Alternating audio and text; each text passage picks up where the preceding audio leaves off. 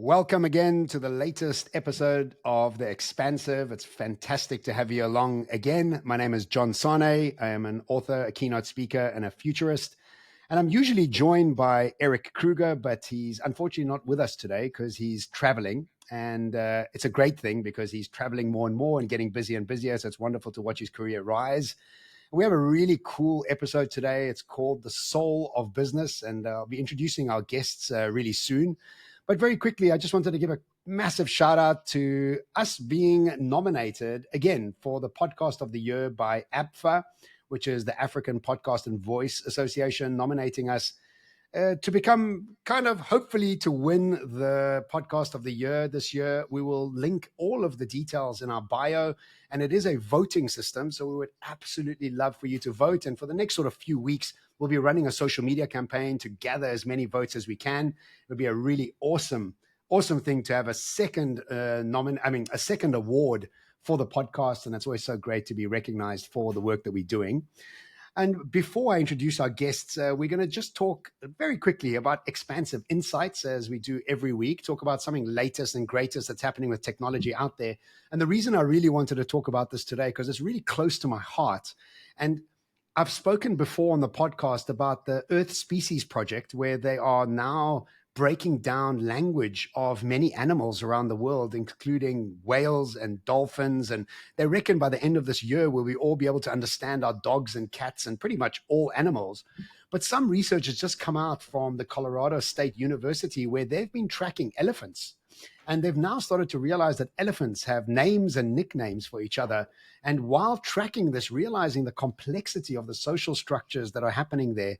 And I'm just so incredibly excited about this, because in our last episode, we spoke about plant concerts, where we're starting to see concerts pop up around the world where people are synthesizing the sound of different plants and playing that in a concert format, where we're actually listening to the plants sing their melodies, which is just such a fascinating and mind-blowing topic for us to realize that everything around us is sentient and everything around us is intelligent, giving us messages, speaking to us, but because of our maybe lack of awareness in many ways, have been kind of stuck in thinking that they're dumb or aren't actually communicating. And again, this research is showing more and more of the sentient and soulfulness of everything around us. And this really gets me excited for us treating our plant world and our animal world in much more respectful ways over the next coming years, because of our understanding of who they are, and what they're communicating with us. So a really exciting, expansive insight for me to really unpack the intelligence of the world around us. So that's the expansive insight. And very quickly, if you haven't checked out the Earth Species Project, I just cannot recommend it enough. The guys that are doing the research around this are giving keynotes around what they've discovered with dolphins and what they're discovering with whales and the complexity of what's going on there. And for example, dolphins have a word for innovation. And when they ask to be innovative, they're able to do tricks that they've never done before because of the word and request of them being innovative. So just so much exciting things happening there with AI, looking at pattern recognition and pattern repetition. And I'm just excited for it. But let's get on to today's pod.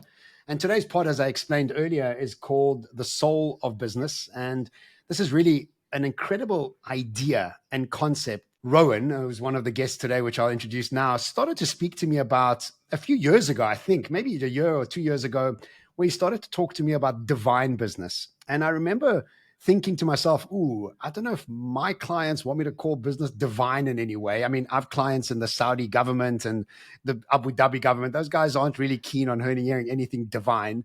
But as I've started to unpack this further for myself, I've started to realize the incredible importance of words that we're able to bring into things that are usually stale, to bring them to life, to give them an energy that they otherwise wouldn't have had. And we often think of business in quite a stale, outcome-based process, always focused on efficiencies and profitability. But as we'll unpack in today's podcast, our guests today really want to bring a deeper realization, a deeper understanding of the intelligence of this thing that we call business. So without further ado, a guest, Rowan Belcher, that's been with us before twice. We call him a friend of the Expansive, is back again with us. And he's brought with him his co pilot in this process called Ellie Seilern. I hope I said that correctly. And please very quickly say hello to our guests. Wonderful to have you on, and please explain who you are and what you do very quickly for our guests to catch up on you. Rowan, do you want to kick it off for us? Yeah, thank you. Thanks, John. Super good being back here again. We miss Eric, but this might be a little bit more of a settled conversation now. Less banter, but more settled. Yes. Yeah, so great to be Yes. back, and great to have, I think, importantly, a channel that you are making available, John, to talk about some of the more pioneering peripheral ideas in business that otherwise might not get airplay. So appreciate the platform. Yeah, I'm a business romantic, you know. I believe that business is a beautiful thing. I think that businesses are beautiful in and of themselves. I am very attracted to the riddle of performance and how organizations all solve this riddle in a beautiful, curious, adventurous way. So you can hear from my language, I have a very technicolor view of business, and soul is one very, very cool addition that has come into play as a result of my collaboration with my friend and confidant and compatriot Ellie Seilern. So Ellie, maybe a quick intro from you.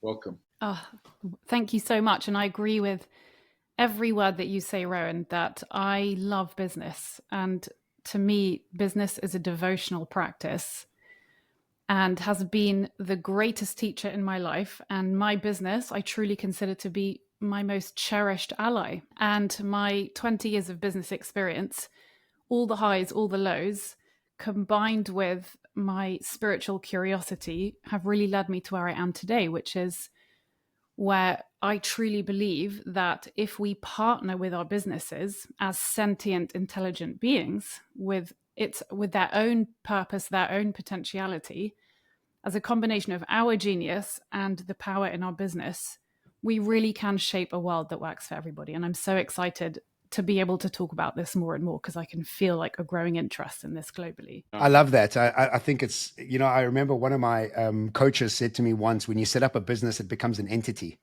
in itself. And this entity is now being birthed by you and your founders and co-founders, and it's living. It's a breathing process that's moving ideas and concepts and people through it. And I love that, to think about it as a sentient being given birth through your ideas and through your actions into the sort of physical form. I love that framing. But Ellie, could you just tell us, what do you do? Like, what is your exact sort of like thing that you do? Yeah, so I have a consulting business, and I've had that for a few years, really working with founders and entrepreneurs on helping them build sacred businesses, successful sacred businesses.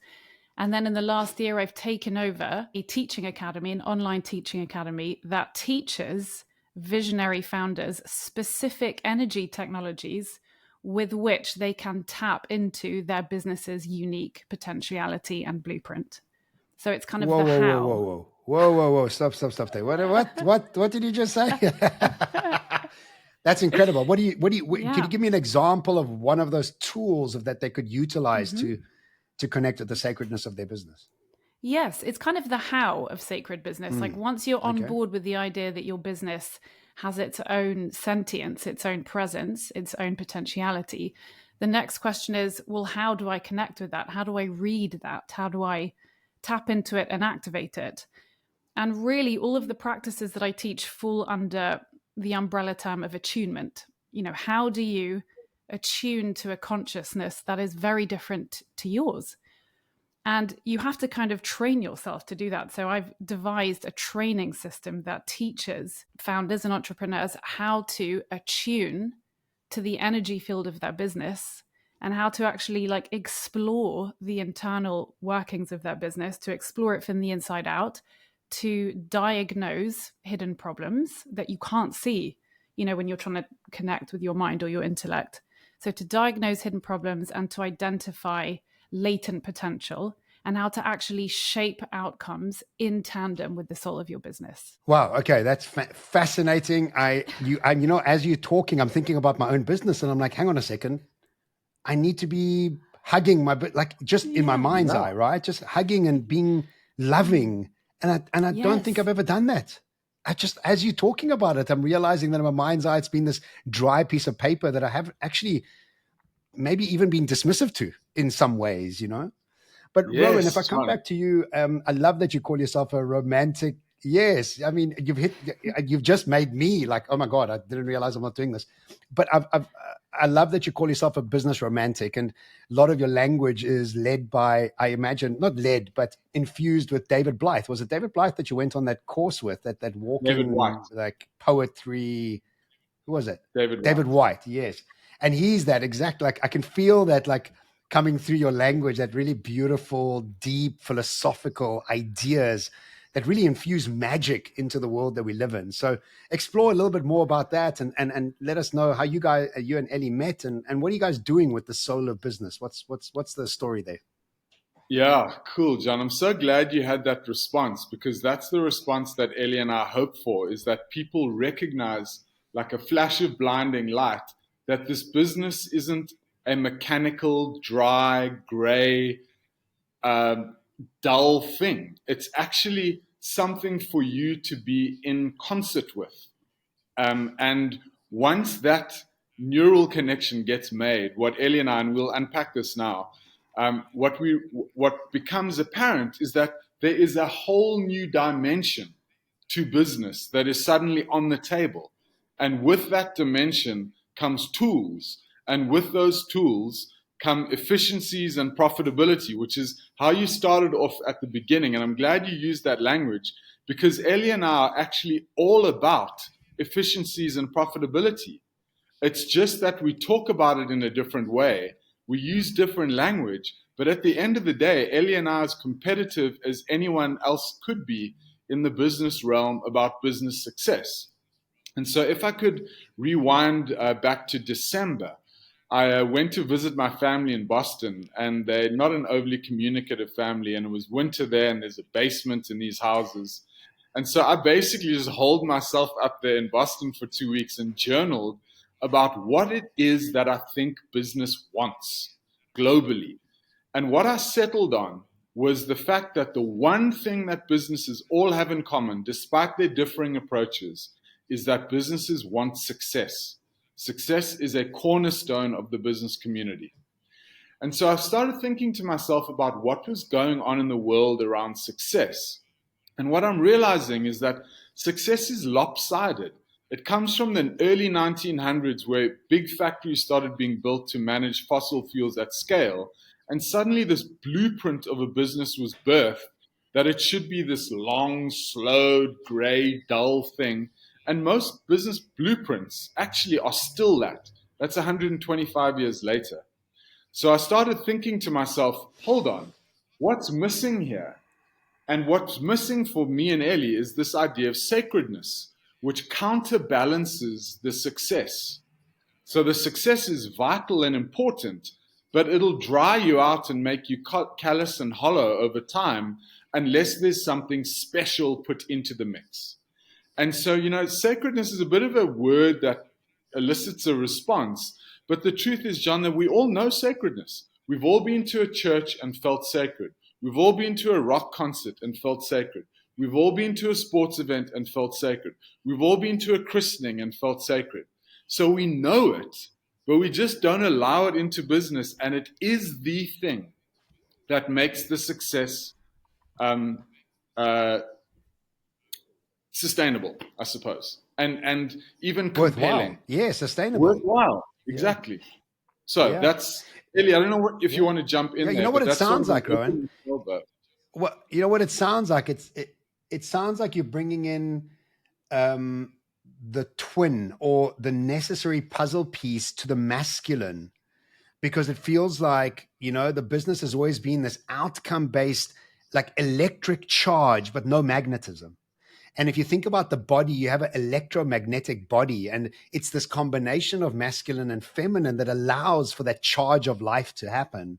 But when it's two on one side and it's too lopsided, which is kind of masculinely lopsided, which is always about drive yourself to do whatever you can for that outcome, which is not nurturing at all in any way. In fact, you get to the end, you're burnt out, unhappy, and most probably got a disease, unfortunately. And so it's this combination that you're talking about. And I love it, because the sacredness really is about, I don't know, the life-giving idea here to give it the sustainability. So love what you're saying. I've been listening to Dr. Zach Bush around this concept as well. And you now bringing it into a business term, which is, I have not thought about this at all. And I absolutely love it. Ellie, please unpack further. Yes. The Zach Bush reference is really good because he's always looking at things as systemically. So the sort of perspective that I hold as my kind of North Star in sacred business is this is business to serve the sacred. And the sacred is just another word for me for source or for, everything that is. And so if I zoom out and I look at life, the ecosystem of life, and you look at life is always growing towards coherency and wholeness and organization. Yes. And so all natural systems grow towards harmony. And so there's this generative force that underlies all of life. And that generative force is inherently benevolent and loving. Yes. And so for me, sacred business is, if I look at my business, how can my business and myself, whatever it is that we build together, we're building it in service to the sacred, and we're leveraging that natural generative force that exists within and without everything, which almost acts like a slipstream. It's a propulsive force. And so when you align all of your business efforts with wholeness, with the sacred, then naturally it becomes this holistic, sustainable kind of unfolding that blesses all stakeholders. And so for me, sacredness and success are not separate.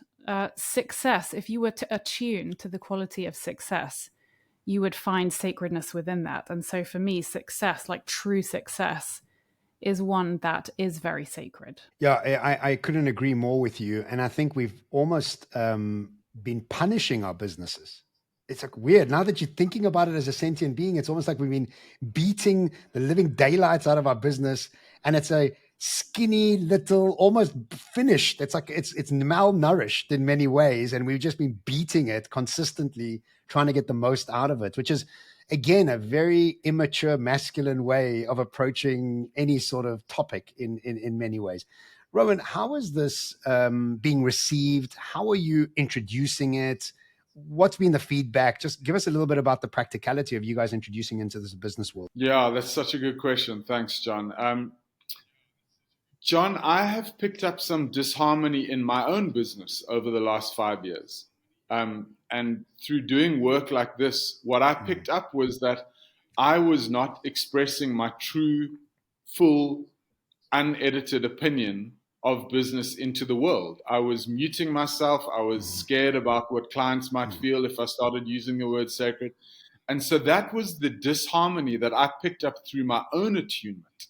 And so what happened during my time in purgatory in my parents' basement in Boston is that I just decided to take my step forward and express myself fully. So I am watching the market, and I guess it's sort of just like you were, some cautious interest, but I'm actually not paying too much attention to it because I know this is my truth, and I know that this is a massive, massive idea.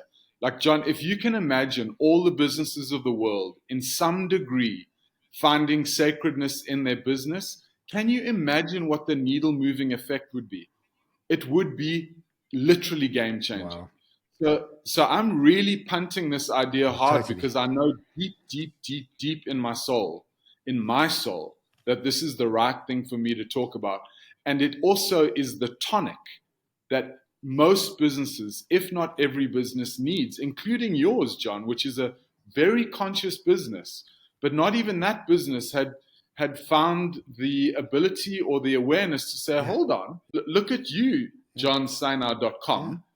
You're a beautiful thing. Let's talk about what wholeness and harmony are for your business. And so that's been my experience in the world. But what I do find happening is that it activates life force. And life force is important because in the sacred and the success twinning, which I'm totally going to use, thank you, John, the life force is what gets depleted when there's too much success or too much pushing towards success. And actually, the sacredness brings the life force in, which is this beautifully important lifeblood in the human beings that make up a business, which is really where performance is generated from. So I'm finding it intriguingly interesting in the market, but I'm not paying too much attention. Yeah. It's interesting because whenever I do speak in an audience, they obviously hire me as a futurist, but ultimately I'm talking about consciousness. And I can't arrive with the cap of consciousness, because then they're expecting some monk to arrive with beads around my neck and no shoes. And really, you've got to arrive like in their language format and then surprise them in what they truly actually want, but are too maybe shy to ask for it, think that it's not in the right place to ask for it. And what's funny is that my most successful audience members are females, because they understand what I'm saying. And often my message is kind of lost on masculine audiences. Like when I speak to like insurance or very techie audiences, they're looking at me like befuddled a little bit. Like, I don't know what why are you bringing this in here? This is not why we're actually here. So Ellie, talk about the integration of this message into your clients, and what does that look like? And what is the feedback? And who are your perfect clients to work with? And what are some of the success stories? So I know I put in 12 questions there, but answer which ones you're comfortable with. I'll answer as many as I can. Yes. So most of my clients are women. Probably 75% of my clients are women. My ideal client is somebody who's open-minded, open-hearted, and willing. Because to me, willingness is like the most powerful energetic for somebody to move forwards and to build and grow. Because really, it's always about you're standing at the threshold of what you know and what you don't know. And a lot of these kind of ways of thinking about business are really, can be quite challenging and confronting.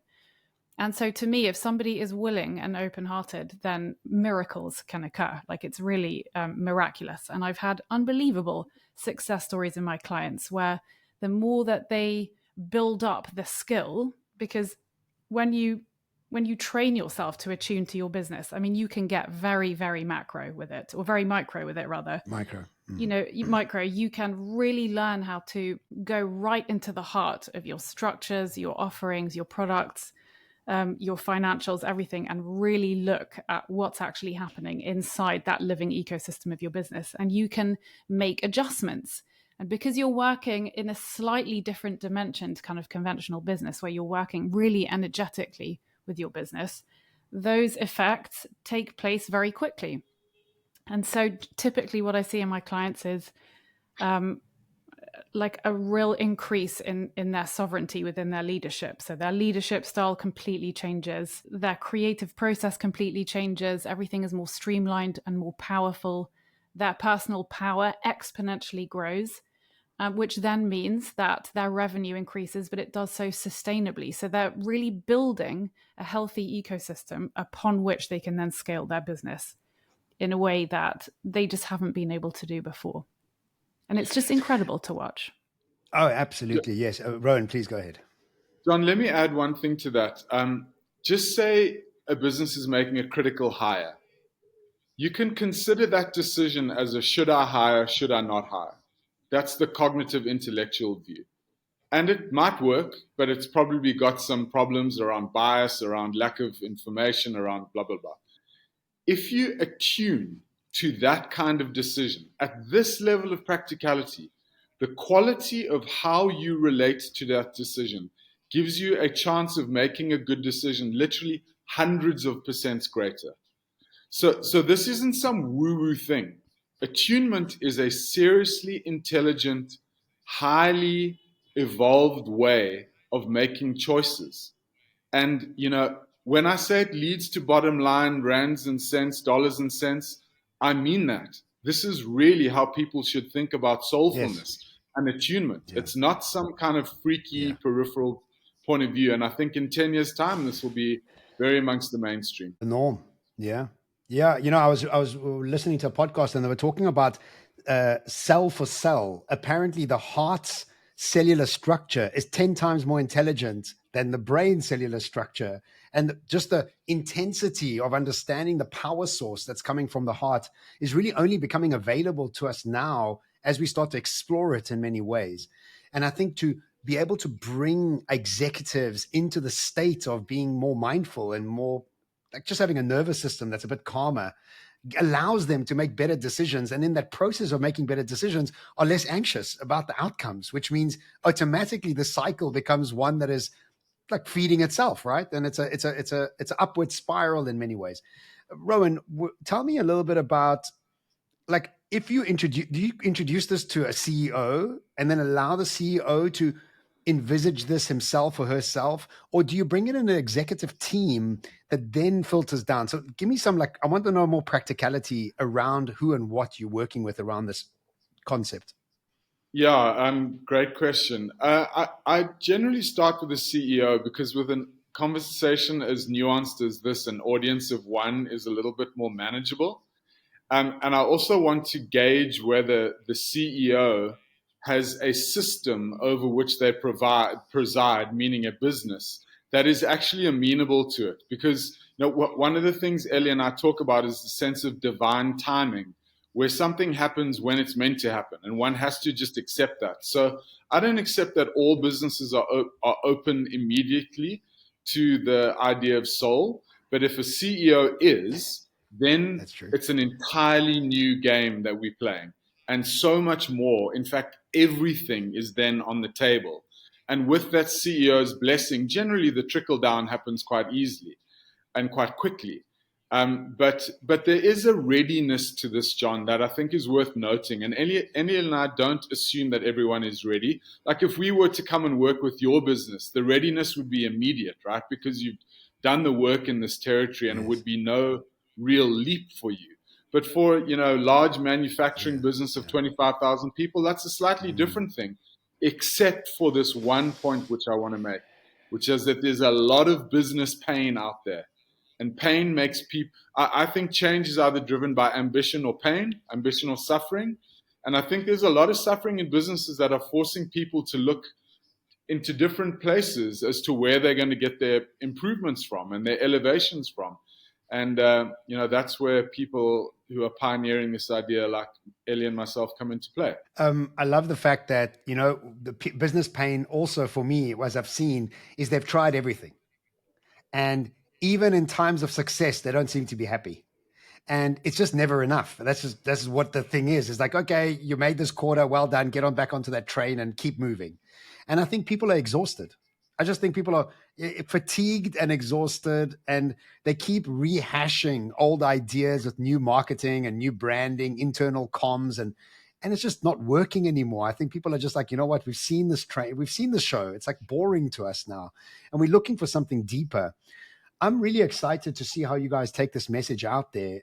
Ellie, any ideas about spreading this message even wider? Like, are you guys writing a book? Are you starting a podcast? Are you doing talks? Like, besides being on this podcast, what else are you doing with it? Funny you should the first thing we're doing is co-hosting a retreat. Okay, well, we have all the plans.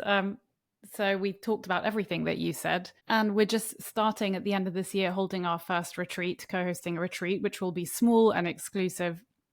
But with regards to going forwards, the way that I would always tap into that is I would always look at that co-creative relationship between Rowan, myself, his business, and my business. And I would attune to that co-creative field in which the four of us wait, can held. I just stop you? I think for some of our listeners, what do you mean attune? Like, give us the practicality of attune, because we have a lot of corporate execs that listen to our show and maybe are stuck in the old way of doing business, and by no fault, this is the way it is. What do you mean attune? What do you mean attune? Yeah, good question. So the definition of attunement is to step into conscious, sympathetic relationship with a consciousness that is different to your own. For example, let's say that you have a plant in your house, and every day you're just like chucking water on it. You never look at the plant. It's just there. You chuck fertilizer on it occasionally.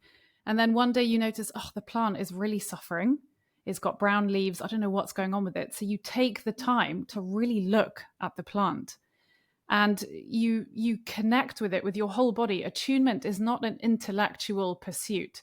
It's not something that you do mentally. It's a sensory, multi-sensory experience where you stand in front of that plant or that tree or your business, and you connect with it outside of yourself. It has its own energy, you have yours. And in that relational field between you, like, that's where you can make all of these discoveries. So it's like how you would attune to your wife or your husband. Instead of just sort of walking past each other like ships in the night at home, it's taking that moment to actually stand in front of them and see them as they really are, which requires presence. You have to be present in your own body, and you have to be willing, and then you have to open your eyes and really look at that person. And it's the same with business. And so any time that I ever am looking ahead in my own business or in a collaboration like with Rowan, it would be, instead of figuring everything out mentally, I would really tune into that field of potential, that relational field, and really look at what is emerging, what wants to come alive here, and how can I clear the way for its emergence. I love that explanation. And, as you were explaining it, I realized that the minute I gave my business some sentient, I was already attuning to it in a different way. Exactly. Just by reformatting the thing. The thing then becomes something that you're giving a different attention to. This happened to me deeply with dogs about 7 years ago. I just somehow saw something in them and I can't unsee it. Their level of intelligence is way beyond any of our understanding. And I feel that. And I've just done it with my business inside my heart. I'm like, oh my God, it's like I can hold and nurture this business in a very, very different way. Rowan, do you have any? Yes, go ahead. Yeah, sorry. John, I have 2 points. Just one a continuation of Ellie's and then one original point. The continuation of Ellie's is that the other way we could have done it is we could have gone, we're going to do a podcast, a retreat, we're going to get our articles published and write a book. But it would have been arbitrary and random, right? It's just like choosing off a list. But when we attune into how we are going to expand, we are having an entirely different conversation that might just produce one thing, which is the right thing. We are doing that because that's what has become apparent to us. So the wisdom that comes into this process is significant. The other thing that I wanted to say, which I've just lost my train of thought on, which I'm going to try and regain while I'm wasting time, but I might not be able to. I had another point. So, Robin, you can cut this part out. It's fine. It's fine. You can do what you want. Take your time. Oh, yes. So what I was saying, John, is like what is happening to you when you were reviewing your business is that you are expanding. John became bigger John by a percentage. And this is what happens when sacredness enters the room. And again, like 5 of my 10 most sacred moments have been at Dave Matthews Band concerts in the front row, just feeling like the massive presence of his music. Now, my thinking is that the Rowan that was in that front row, I want that Rowan to be the guy who walks through my life all the time, and in particular, my business life. And so what I'm saying is that sacredness is not some random thing. It is a way of expanding ourselves to be bigger and better and wiser and sharper and more decisive and clearer in business, which is all the stuff that we want for ourselves. Ellie and I are just giving it a different shine and a different avenue. But it's still the bigger John, it's the bigger Rowan, it's the bigger Ellie, and that's what matters to the world. Yeah, I love that. I often tell my audiences, this is not some sandal-wearing, lentil-eating Jesus bun idea, guys. This is now science. Like, can we get on with the fact that you think meditation is this hippy-dippy thing? It's not. It's like, here's Bloomberg, who does umpteen different documentaries on meditation, just as a practice, right?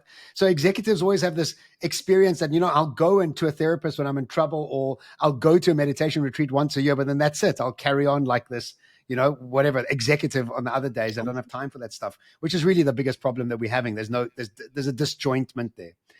Ellie, go on. But once you say what you want to say, is I also want to find out, what tips would you both be giving some of our listeners of how to come more into attunement and how to engage with more sacred business for themselves, whatever size business they have? But please, before you answer that, Ellie, go ahead. I was just going to say that we lost you for a while, but I'll pause and then answer your question. Oh, did you? Okay, I also lost you a little bit earlier. but I pretended. Okay. I kept doing this because I was like, yeah. But I'll answer that question. How can somebody take those first steps to attune to their business? You've kind of described it already. I think the first step is to see your business as its own entity with its own intelligence, its own presence, separate from yours, and crucially, its own reason for being, its own purposes, its own potentiality. So just like when you meditate, for example, and you go inwards and you explore your inner world and you start to touch into your purpose for being here, like that depth of purpose. Why am I here? How can I serve? Your business holds the same level of purpose. And so simply realizing that your business exists outside of yourself, that it has its own reason for being here, and just your willingness to get to know your business, that immediately places you in relationship to your business. You're not merged. If you're merged with your business, you can't be in relationship to it.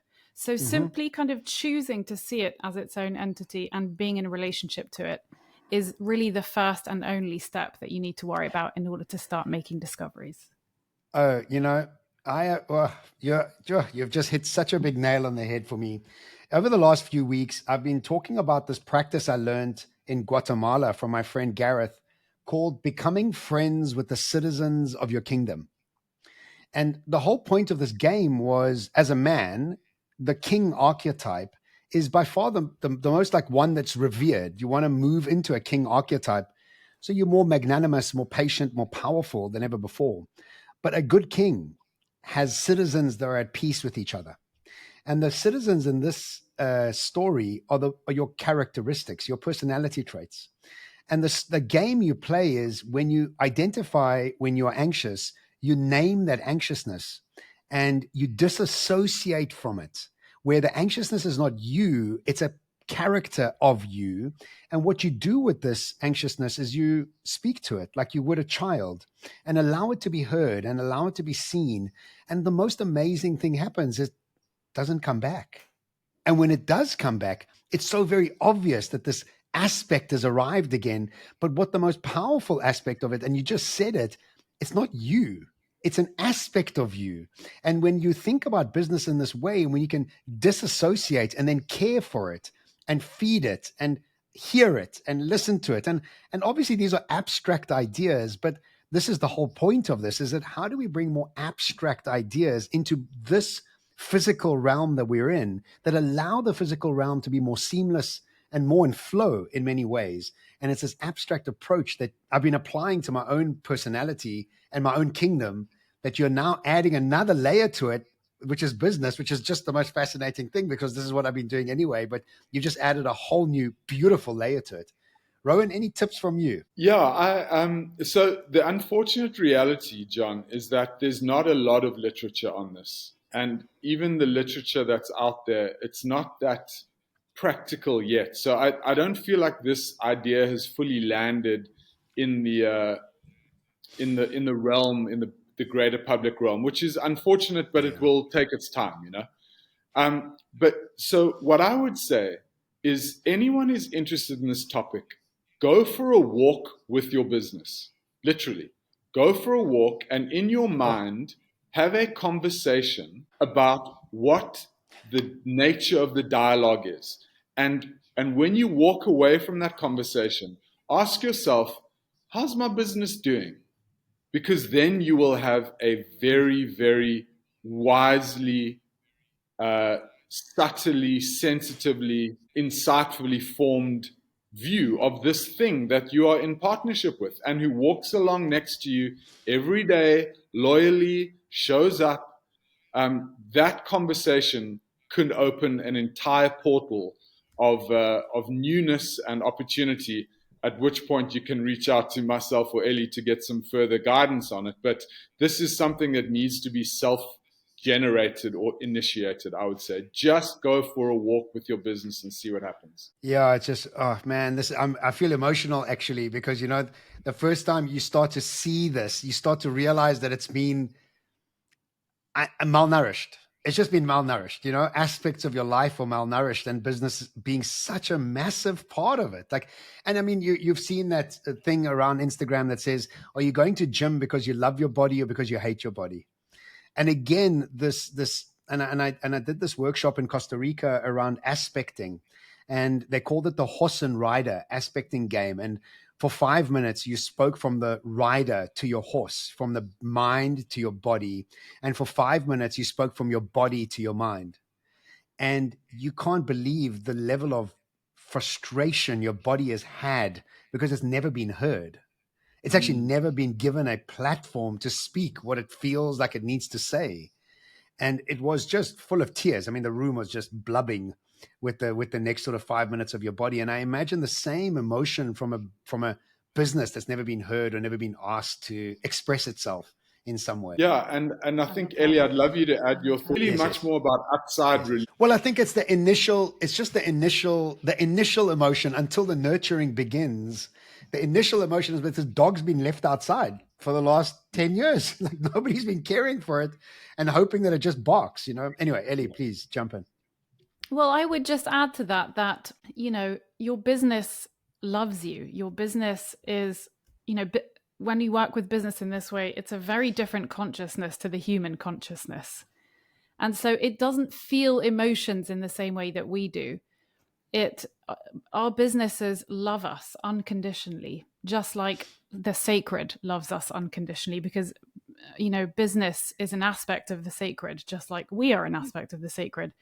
So your business is always holding a field of love and wholeness for you. It's very invested in your personal success and your happiness.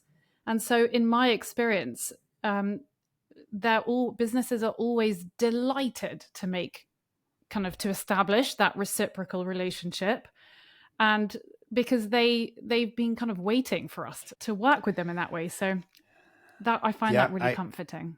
Yeah, it's super comforting. I talk about this rise in consciousness in some of my talks, and I talk about the fact that 200 years ago, 150 years ago, slavery was so normal. The slaves thought that was normal, and we gave no kudos to any of the slaves' emotions. It was like, obviously, it just didn't have emotions in some way.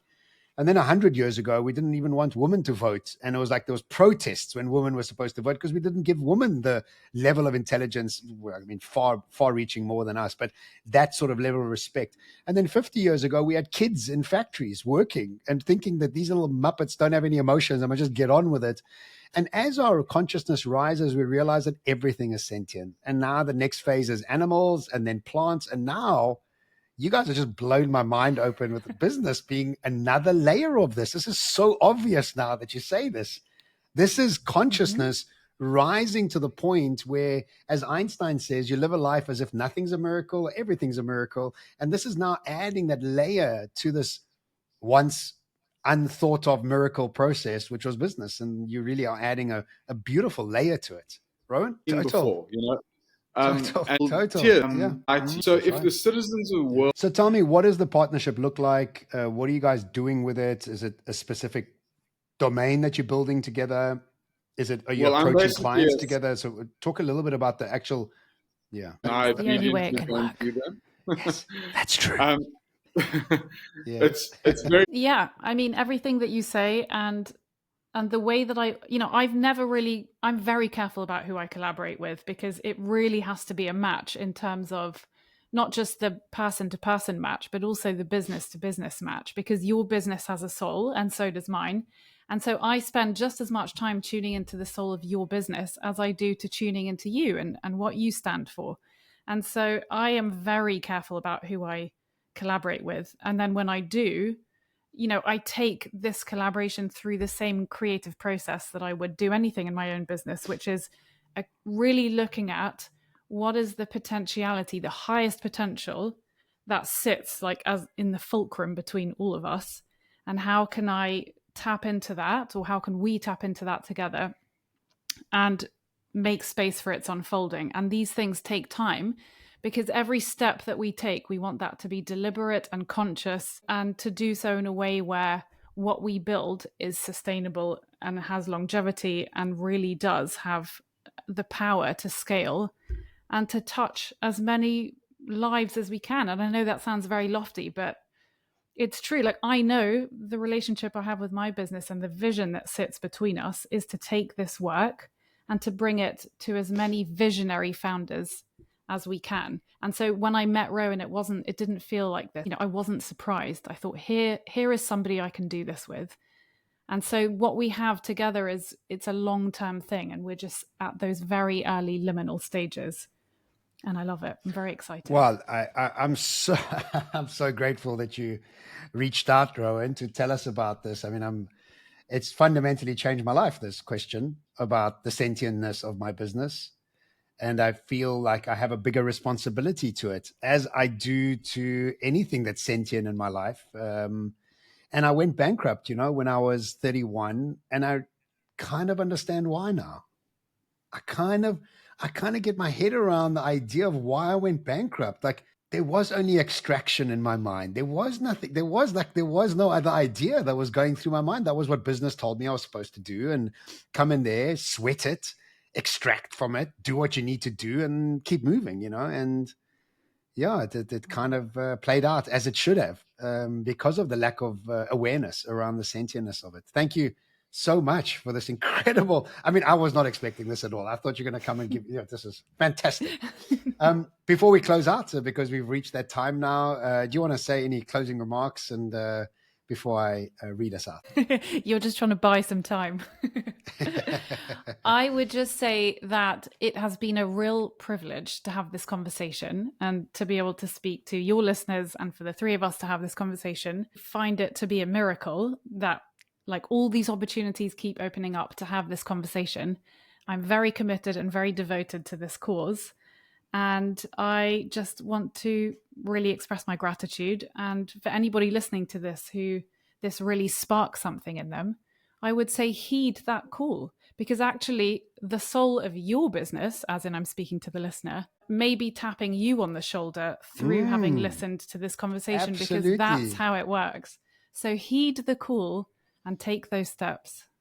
Yeah, beautiful. It absolutely is tapping you on the shoulder saying, hey, see me. Yeah. Wonderful. Thank you so much. I mean, this has really been a very rich and nourishing conversation. I thank you both for making the time to come on to the Expansive. I'm sure our listeners are absolutely going to love this podcast.